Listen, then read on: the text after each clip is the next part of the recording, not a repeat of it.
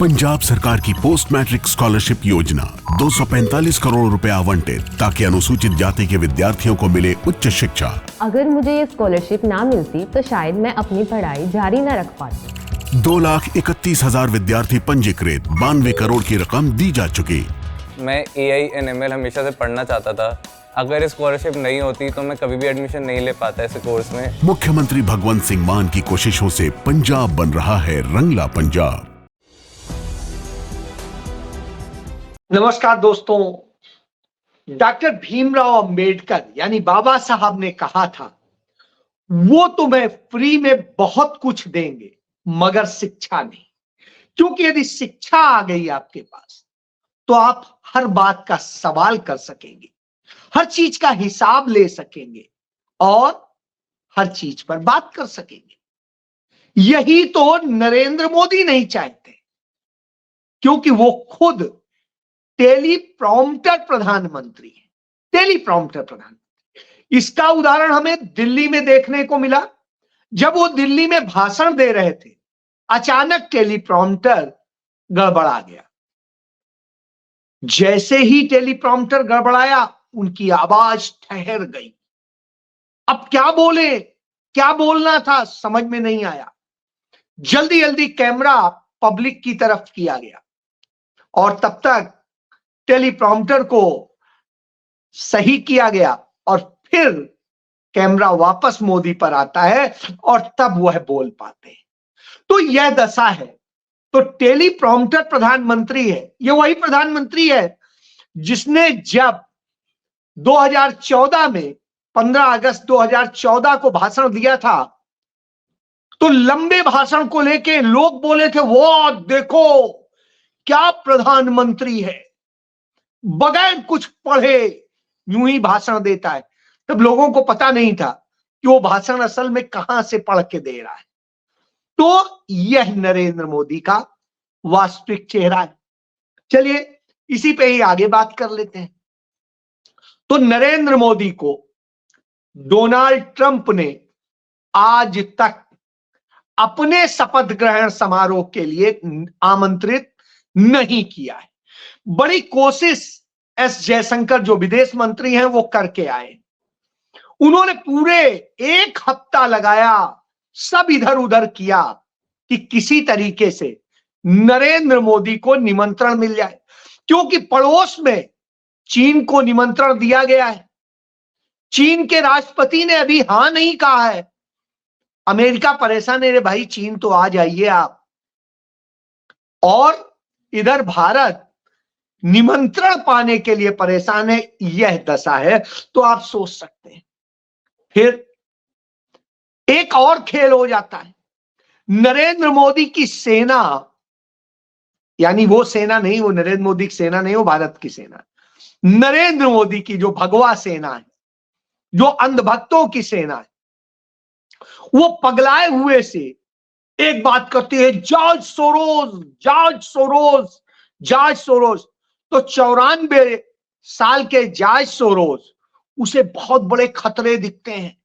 पूरी भारत सरकार कांपने लगती है और तमाम मंत्री, तमाम सांसद, भाजपा के नेता बिल्लाने लगते हैं। जबकि जॉर्ज सोरोस को पहली बार भारत के अंदर एंट्री देने वाले अटल बिहारी वाजपेयी थे। पहली बार धंधा देने वाले नरेंद्र मोदी थे और उनका भारत में धंधा संभालने वाले जो है वो नरेंद्र मोदी भाजपा के सबसे क्लोज लोग हैं और भाजपा के।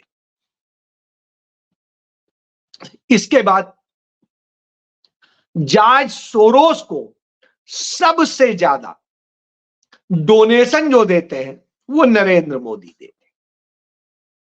अब आप इससे समझ सकते हैं, इतना पैसा रुपया सब देने के बाद में जॉर्ज सोरोस करते हैं। अब जॉर्ज सोरोस को अमेरिका का सबसे बड़ा सम्मान दे दिया है अमेरिका सरकार ने।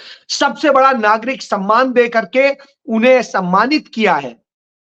और नरेंद्र मोदी और उनकी जो पूरी सेना है अंधभक्तों की, वो जो कहती है कि वो भारत विरोधी वो करते हैं, तो आज तक नरेंद्र मोदी या उनकी पूरी सरकार या भाजपा कोई भी अमेरिकी सरकार को यह लिखकर नहीं दे सके कि जॉर्ज सोरोस भारत विरोधी हैं, उनके खिलाफ कार्रवाई कीजिए, वो भारत में कुछ गड़बड़ करा रहे हैं। यानी सिर्फ शोर मचाना है, हमारी हैसियत नहीं। ये वैसे ही है जैसे चीन को लेकर के बड़ा शोर मचा करता था। मुझे याद है उन दिनों मैं हिंदुस्तान अखबार का संपादक हुआ करता था। नरेंद्र मोदी नए नए बने थे प्रधानमंत्री, तो बड़ा शोर मचा, नहीं चीनी सामान का बहिष्कार करो, ये करो, वो करो, सब कुछ होता रहा। आज भारत के बाजार में 74%, 74% कब्जा चीन ने कर लिया है। भारत का व्यापार घाटा अथाह बढ़ गया है और 2014 की मनमोहन सरकार की तुलना में 4 गुना आयात हम चीन से कर रहे हैं। यानी भारत के बाजार में जो कुछ है, कपड़े हो, फर्नीचर हो, कुर्सियां हो, या आपके तमाम रोजमर्रा के सामान हो, इलेक्ट्रॉनिक्स उपकरण हो, कुछ भी हो, सब चीन से आ रहा है। तो अब आप सोचिए, पैसा वहां दिया जा रहा है और फिर उसके बाद में एक बड़ी चीज आ रही, भारत के अंदर चाइना से वायरस आ रहे हैं जो आपको बीमार करते हैं। पूरी दुनिया इस बात की खोज कर रही है कि कैसे कोरोना का वायरस प्रयोगशाला में जनरेट किया गया और उसने तबाही के लिए छोड़ा गया। चाइना को उसमें लांछित किया जाता है। और दूसरा, अब एक नया वायरस चाइना में आ गया है जिसके 3 मरीज भारत में डिटेक्ट हो चुके हैं। 3 डिटेक्ट हुए हैं तो बहुत सारे लोग चेक नहीं कराए होते हैं। तो अब कितने होंगे और वो कितना खतरनाक है यह देखना होगा। तो यह स्थिति है। तो यानी चीन को इतनी छूट देने का नतीजा ये हुआ है। तब आप कहेंगे भाजपा के लोग क्या कर रहे हैं? तो भाजपा के लोग इस देश को बर्बाद कर रहे हैं। जो बात डॉक्टर भीमराव अंबेडकर ने कही थी, इन्हें 5 किलो अनाज में डाल देंगे, इन्हें किसान सम्मान निधि में डाल देंगे, इन्हें किसी और चीज में डाल देंगे और इसी में उलझाए रखेंगे। देंगे नहीं, वाजिब हक नहीं देंगे, भीख देंगे। वाजिब हक ये होता है कि आपको कृषि के उत्पादों पे या कृषि के लिए यूज होने वाले उपकरणों पे कोई जीएसटी नहीं देनी पड़ेगी, कोई टैक्स नहीं देना पड़ेगा, ये करेगा, ये करके आप कीजिए। सब्सिडाइज यूरिया और दूसरी चीजें आपको टाइम पर मिलेंगी। तो यह करना था, यह नहीं किया। किया क्या? उल्टा किया। टैक्स बढ़ा दिए, टैक्स लगा दिए, टैक्स के जाल में फंसा दिया। और दूसरी तरफ आपको 2000 रुपए 4 महीने में एक बार दे करके कहा गया आपको हम किसान सम्मान निधि दे रहे हैं। यानी आपको भिखारी बना के देंगे, आपको 5 किलो अनाज दे देंगे, लेकिन रोजगार नहीं देंगे, काम नहीं देंगे। पिछली सरकार ने कहा था हम काम देंगे, खुद सम्मान से कमाओ, चाहे एक तरफ खेत खोदो और दूसरी तरफ मिट्टी डालो, फिर दूसरी तरफ खोदो, तीसरे। अरे कम से कम खेत ही उपजाऊ बनेगा। पोखर तमाम खोदे जाएंगे, तमाम नहरें बन जाएंगी, तमाम और गांव के डेवलपमेंट के काम हो जाएंगे। तो दोनों काम हो जाएगा, तुम्हें रोजगार भी मिल जाएगा और पैसा भी आ गया आपकी जेब में और यह भी हो जाएगा। लेकिन इन्होंने कहा नहीं, कुछ मत करो, ये फ्री का खाओ, तुम अपने दारू का इंतजाम करना, बाकी हम कर दे रहे। तो यह सरकार बना दी है। इसका नतीजा क्या हुआ है? इसका नतीजा यह हुआ है, भारत के युवा झूठी दुनिया में फंस गए। राहुल गांधी ने बताया था कि किस तरीके से, एक स्टैटिस्टिक्स है जो पूरी जांच में सामने आया कि भारत का युवा औसतन, हर युवा औसतन 7 घंटे सोशल मीडिया और रील्स देखता है और ये सब करता है। यानी 7 घंटे अपनी जिंदगी के क्रीम पीरियड उसने इसमें निकाल दिए। 2 घंटे नहाने धोने तैयार होने में निकाल दिए, 9 घंटे। उसके बाद में 8 घंटे सोने में निकाल दिए। तो अब आप देखिए 17 घंटे ये चले गए, और उसके बाद बचे कितने? तो 17 घंटे के बाद आपके पास बचे 7 घंटे। 7 घंटे में कुछ खाने पीने घूमने और तथाकथित काम। यानी आप काम के एक बेहतरीन वो ना बने, बल्कि आप अपने जीवन को बर्बाद कर लें। तो यह हो रहा है। इसका नतीजा क्या हो रहा है?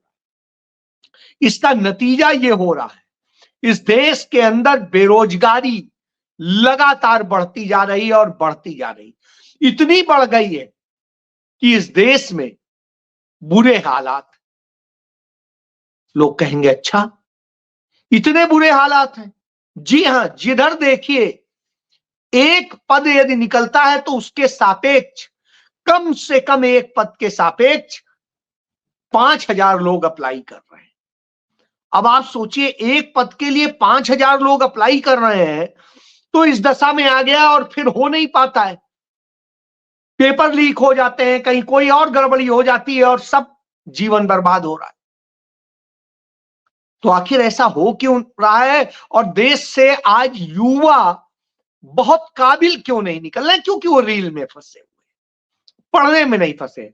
भारत सरकार का डेटा कह रहा है कि स्थिति यह है, जो कि मंत्री ने बोला है, जो श्रम मंत्री हैं भारत सरकार के मनसुख मांडविया, उन्होंने संसद में बोला कि 2023-24 में जिस तरह की हालात हुए हैं, उसमें एक चीज सामने आई कि जो ग्रेजुएट करके बच्चे निकल रहे हैं या और दूसरे टेक्निकल इंस्टीट्यूट से पढ़ के निकल रहे हैं, तो उनमें 2 में से 1 बच्चा इस योग्य ही नहीं है कि वो बेहतर रोजगार कर सके। यानी उसकी जो शिक्षा है वो औसत दर्जे से भी नीचे चली गई।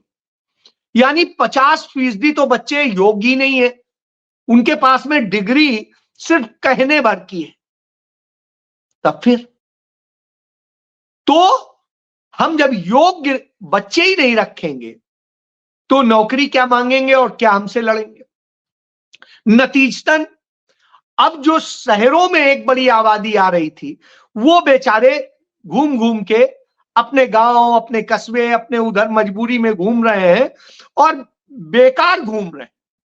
जिस खेत में 2 लोगों का, 3 लोगों का परिवार नहीं पल पाता, आज उसमें 5 आदमी पाल रहे हैं, 6 आदमी पल रहे हैं। कैसे? 5 किलो अनाज मुफ्त, और उससे आने वाले पैसे से किसी तरह से चला रहे हैं। यानी प्रोडक्टिविटी नहीं है। और यही वजह है कि भारत का मैन्युफैक्चरिंग सेक्टर लगातार डाउन जा रहा है।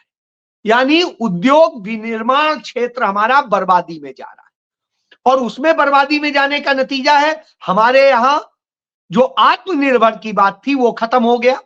हमारे आम चाइना के प्रोडक्ट पे निर्भर हो गए, और हमारे बच्चों को नौकरियां नहीं मिल रही। और हम वही कि हमें सब कुछ मुफ्त मिल रहा है, लेकिन शिक्षा नहीं।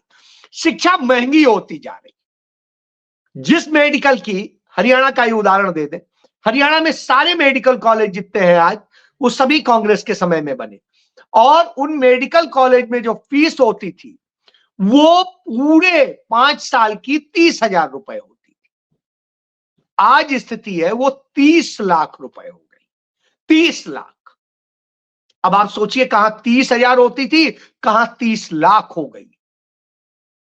अब इतना पैसा दे करके, पढ़ करके बच्चा निकलेगा तो कैसे निकलेगा? तो वो कर्ज लेता है, और बहुत सा जो है एजुकेशन लोन नहीं मिल पाता है, तो वो पर्सनल लोन और दूसरे गहने रख के, जेवर रख के, जो आपका प्रॉपर्टी है वो सब रख के, और वो लोन लेता है। और इस तरह लोन लेके कोई विदेश भागता है, कोई कहीं कुछ करता है किसी तरीके से, और अंत में बहुत बड़ी तादाद है। यही वजह है शायद कि हर 1 घंटे में 2 युवा आत्महत्या कर रहे हैं। अब आप सोचिए, इतनी बीभत्स स्थिति है। इसके बाद में हालत जो है वो यह है कि भारत की जीडीपी निगेटिव में जा रही है, यानी जो पहले थी उससे अब घट रही है, फिर घट रही है। तो वह स्थिति थी कि जो हम 5 ट्रिलियन इकोनॉमी की बात करते थे, वो तो स्थिति नहीं। 5 ट्रिलियन इकोनॉमी के लिए हमें 1.5 ट्रिलियन से अधिक सिर्फ इसी साल चंद महीने जो बचे हैं उतने में ही बढ़ानी है, और वो बढ़नी नहीं है। 100 कुछ दिन रह गए बजट के। तो ऐसी स्थिति में अब हम ये ड्रामे कर रहे हैं। तो अब आप खेल समझ सकते हैं कि देश की वो बुरी स्थिति में जा रही है। जीएसटी और दूसरे तमाम टैक्सेस के नाम पे हमको लूटा जा रहा है। हमारे पास महंगाई, बेरोजगारी और इसके सिवा कुछ नहीं। झूठे सपनों में हम फंसे हुए हैं। और हालत यह है कि जो बच्चे भारत से निकल गए और उन्होंने अच्छी शिक्षा ली, चाहे यहाँ के आईआईटी में, चाहे यहाँ के एम्स में, और लेके चले गए थे, अब की वो शिक्षा उस स्तर की नहीं। और उसी का उदाहरण है कि भारत से गए जगदीप सिंह का परिवार, सरदार जगदीप सिंह जब गए यहां से, उनका परिवार पढ़ के और वहां जाके रोजगार किया, तो जगदीप ने वहां पर कुछ डिग्रियां की और बोस्टन जो है स्टैनफोर्ड यूनिवर्सिटी से उन्होंने बीटेक किया, कैलिफोर्निया यूनिवर्सिटी से आगे की पढ़ाई की, और उसके बाद में वो आगे लगे। आज वो दुनिया के सबसे ज्यादा सैलरी पाने वाले व्यक्ति हैं और गूगल में जॉब कर रहे हैं, और उनकी सैलरी रोज की 48 करोड़ है। 48 लाख नहीं, 48 करोड़ है। तो आप समझ सकते हैं 48 करोड़ सैलरी में वो आ गए। यह है सच। तो जो भारत में है वो क्या हो रहा है? अब भाजपा क्या कर रही है? आपका ध्यान भटकाने के लिए तमाम झूठ बोले जा रहे हैं, तमाम वायदे किए जा रहे हैं, तमाम चीजें की जा रही, और जो पहले वायदे किए थे वो आज तक पूरे नहीं हो पाए। खाने पीने की चीजें हो, तेल हो, साबुन हो, चाय हो, चॉकलेट हो, बिस्किट हो, जैसे जो उत्पाद हैं वो सिर्फ 6 महीने के अंदर 20 से 25% महंगे हो गए, और अभी उनमें और दाम बढ़ाए जाने की तैयारी है। ये भारत सरकार का आंकड़ा कहता है कि जनवरी से मार्च तक 30% तक कीमतें बढ़ सकती है एफएमसीजी की। तो जब यह हालत हो तो आप फिर क्या करेंगे? तो क्या हो रही है? तो भाजपा क्या कर रही है? भाजपा सरकार क्या कर रही है? भाजपा सरकार धर्म के आडंबर कर रही है। अब चित्रकूट में 750 करोड़ रुपए का एक जो है रामायण पार्क बनेगा और न जाने क्या क्या। तो धर्म को टूरिज्म बना दिया है, धर्म को धर्म नहीं रहने दिया है, वो पवित्रता खत्म कर दी। बस जाइए, आपको अब दर्शनीय चीज मिलेंगी, पूजनीय चीज नहीं मिलेगी। यही स्थिति महाकुंभ में हुई है, यही स्थिति वाराणसी में हुई है, यही अयोध्या में आप देख लीजिए, और यही करने की तैयारी है जो है मथुरा में, और इसी तरीके से तमाम जगह। तो ये ड्रामे चल रहे हैं। कुरुक्षेत्र में आप जाइए देखिए तो वही काम चल रहा है। धर्म को खत्म कर दिया, धर्म की पवित्रता को खत्म कर दिया, ये किया जा रहा है। और फिर इनके नेताओं का चरित्र इतना गिर गया है, जो हिंदू धर्म और सबकी बात करते हैं, जिस धर्म में नारी को देवी कहा गया है, वहां इनके रमेश बिधूड़ी जो पूर्व सांसद हैं और तमाम बड़े नेता हैं भाजपा के, उन्हें जिन्हें आतिशी जो वहां की सीएम है उनके खिलाफ लड़ने को उतारा गया है, उनको उतारा गया है अलका लांबा के खिलाफ लड़ने के लिए, वो वहां जब पहुंचते हैं तो कहते हैं प्रियंका गांधी के गाल की तरह। यानी एक महिला के शरीर से उसे आइडेंटिफाई कर रहे हैं और उसको उस तरीके से बात करते हैं। अब मैं वो पूरे शब्द नहीं कह सकता हूं, तो इस तरह के ये इनका आचरण, ये वही रमेश बिधूड़ी है जिन्होंने संसद के भीतर भारतीय संसद की मर्यादा को तोड़ा था, और वहां पर जो सांसद थे दानिश अली, उनको किस तरीके से वो शब्द यूज किया था जो मुस्लिम्स के लिए एक बड़ा अपमानजनक शब्द है, मुस्लिम कम्युनिटी के लिए अपमानजनक शब्द है। तो पूरे समुदाय को लांछित किया था। तो इससे आप समझ सकते हैं भारतीय जनता पार्टी यह कर तो यह है इनकी तस्वीर, इसे पहचानने की जरूरत है। तो अब यदि भविष्य बचाना है, संस्कार बचाने हैं, धर्म बचाना है, तो सोचना होगा कि भारतीय जनता पार्टी कितनी खतरनाक है, और यह हमारे लिए बड़ी चिंता का विषय है, क्योंकि इनके नेता उसी को समर्थन देते हैं। शायद यही वजह है कि भारत के अंदर होने वाले रेप के केसेस में आज 72% लोग भारतीय जनता पार्टी के होते हैं जो रेप करते हैं, 72%, और न जाने क्या क्या करते हैं। पत्रकार यदि सच दिखाता है तो मार डालते हैं। तो यह है इनका चाल चरित्र चेहरा, पहचान लीजिए वक्त रहते, नहीं तो अब तो वक्त वैसे भी पानी सिर के ऊपर जा रहा है। फैसला आपका है। जय हिंद।